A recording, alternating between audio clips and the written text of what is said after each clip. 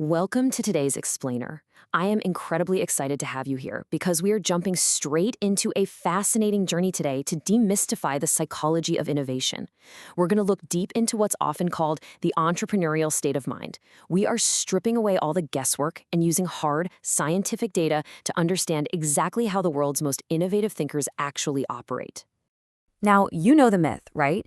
That pervasive idea that successful founders just hit some kind of genetic lottery, that they have this mystical spark the rest of us literally just don't have. But that raises a pretty massive question. Are successful entrepreneurs born, or are they made? Well, I promise you, as we go through this explainer today, we are going to look at a scientific, linear breakdown proving beyond a shadow of a doubt that this mindset is built, not inherited. To really figure that out, we have to look closely at the entrepreneurial brain itself and understand how it functions as a highly malleable state. There's some groundbreaking doctoral research out of King's College London that gives us the perfect definition to work with here. The entrepreneurial mindset is not some fixed, rigid personality type. You aren't just born with it or without it. Instead, it's defined as a malleable neurocognitive state. So what does that actually mean? It essentially means it's a trainable, achievable way of thinking. Its absolute defining characteristic is having cognitive ease in unfamiliar scenarios. Basically, it's a state of mind that anyone can learn to tap into.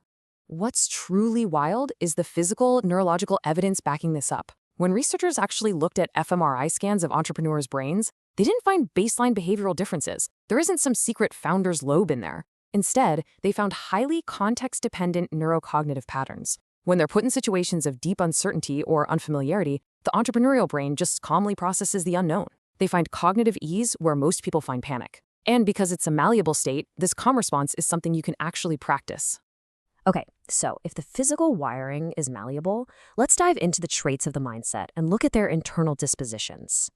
A massive systematic review published in the International Journal of Indian Psychology literally synthesized 33 different empirical studies to figure this out. They found 5 core psychological traits consistently at play: self-efficacy, resilience, emotional stability, openness to experience, and risk tolerance. These 5 internal pillars interact dynamically. They're the foundational traits that allow founders to navigate rapid change, spot opportunities, and just keep going when the path ahead is totally murky. Actually, let's pause and clarify that last trait for a second: risk tolerance. Being tolerant of risk absolutely does not mean being a reckless gambler. This quote hits the nail on the head. As the research notes, successful entrepreneurs carefully assess potential outcomes and weigh the pros and cons before making decisions. They take highly calculated risks. It's a balanced approach that protects their overall goals while still letting them bravely explore new possibilities. Which brings us directly to the power of resilience and how these internal traits help founders bounce back when things inevitably don't go according to plan. Now, this highlights a really vital distinction that is so often missed in the business world. Personal psychological resilience is completely distinct from the organizational success of the venture. Think about it. If your startup turns into a massive unicorn, but you completely burn out, lose your well-being, and sacrifice your mental health in the process, you haven't actually demonstrated personal psychological resilience. True resilience is about the founder maintaining their emotional well-being and being able to recover from adversity, even if the venture itself completely fails.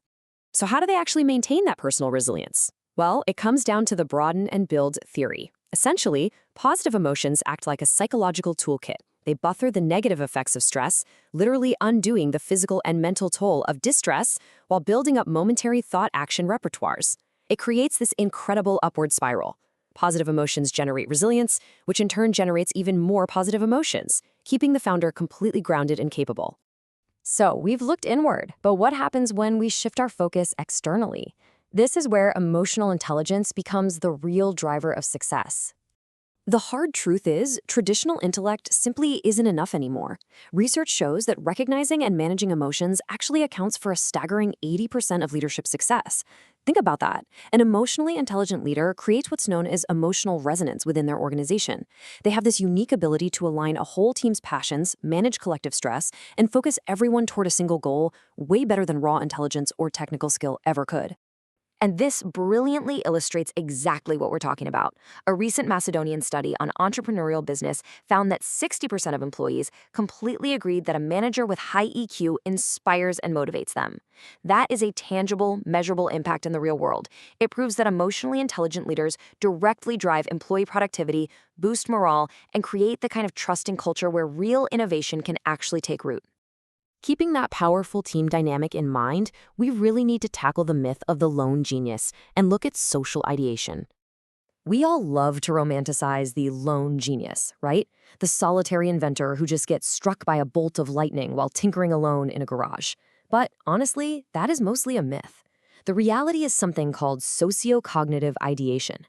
True entrepreneurial problem solving is a recursive, highly social, team-based reality. Breakthrough ideas are almost never born in a vacuum. They're forged, tested, and refined within a community. And we know this for a fact because researchers conducted a deeply grounded analysis of the actual day-to-day practices of 32 different successful technology entrepreneurs. They didn't just ask for opinions, they mapped exactly how these 32 founders utilized social behaviors and cognitive processes to generate and validate their products. What those researchers found was a super methodical 4-step entrepreneurial ideation process, or EIP. First, the team incubates ideas over time. Second, they generate a trial idea and a hypothesis, building a shared perspective.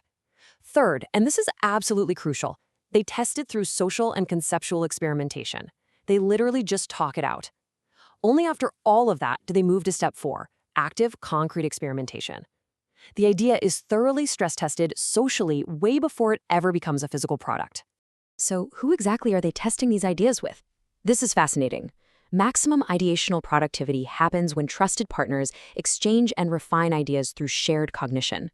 Having a wide network of weak ties is fine for gathering basic information, sure, but strong social ties, people you share a language, trust, and vision with, completely outweigh those weak ties when it comes to the heavy lifting of refining complex, creative ideas. You absolutely need that tight inner circle. Which leaves us with the ultimate question to close out today's explainer.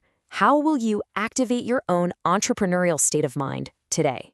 We've looked at the hard science. This isn't some genetic lottery you missed out on. It's a completely learnable, malleable state of mind.